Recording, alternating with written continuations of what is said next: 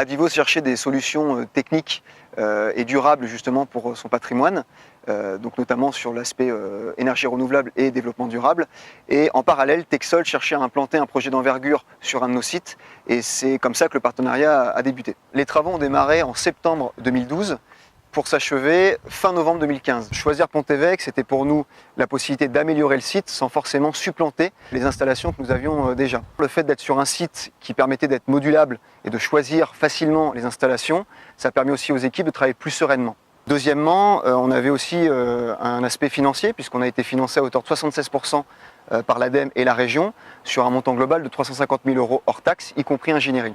Nous n'avions pas mis en place de concertation avec les locataires, mais nous savions que de toute façon qu'il y aurait un apport, puisque les rendements avaient été bien calculés par Texol, et nous savions qu'il y aurait une économie substantielle pour les locataires, et ce bonus, entre guillemets, il est de 15% aujourd'hui sur les factures des locataires.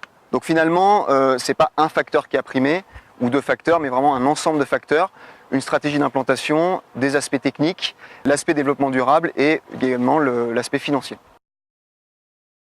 Il faut savoir qu'aujourd'hui, on a 14 bâtiments. On a des implantations sur 5 toitures terrasses.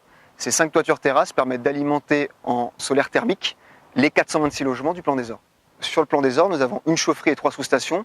Donc le plus simple pour nous et pour le Texol, qui était notre bureau d'études à l'époque, c'était de partir de l'installation en sous-station et de remonter justement pour liaisonner assez facilement entre les panneaux solaires thermiques et la sous-station. Et ensuite alimenter les 14 bâtiments et donc les 426 logements.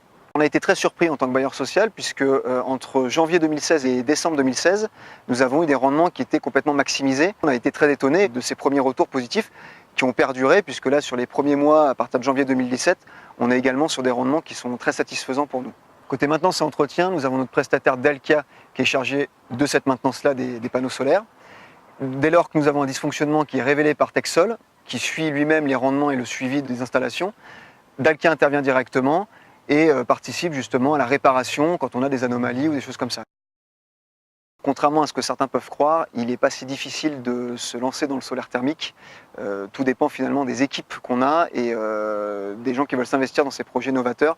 Je pense qu'il n'y a pas de projet complexe en soi, il y a simplement des challenges qu'on peut relever à plusieurs. Au niveau de l'opération, c'est un bilan très positif puisqu'effectivement on a pu optimiser et maximiser les rendements attendus. Par ailleurs, au niveau de l'équipe d'ingénierie et de la maîtrise d'ouvrage et des techniciens après la fin de l'opération, on a eu vraiment une très bonne équipe et ça s'est très bien déroulé, donc on est très satisfait de tout ça. Le meilleur conseil que j'aurais à donner à un organisme type bailleur social qui souhaiterait s'inscrire dans cette dynamique de développement durable et d'installation de panneaux solaires thermiques, c'est vraiment de bien s'entourer, de l'équipe de conception jusqu'à l'équipe d'entretien et de maintenance.